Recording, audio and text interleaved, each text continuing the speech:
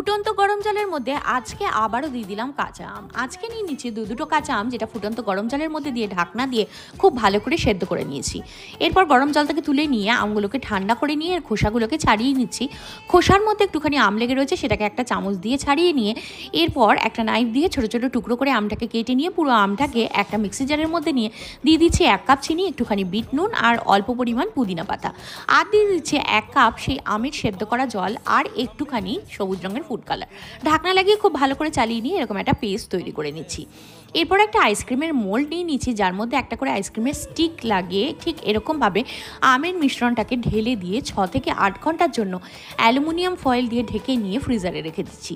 এরপর ফ্রিজ থেকে বার করে নিয়ে রেডি হয়ে যায় দারুণ স্বাদের কাঁচা আমের টকঝাল মিষ্টি আইসক্রিম, যেটা এই গরমকালে খেলে প্রাণ আর মন দুটোই কিন্তু জড়িয়ে যায়। অবশ্যই একবার ট্রাই করে দেখতে পারেন এইভাবে তৈরি কাঁচা আমের দারুণ একটা আইসক্রিম।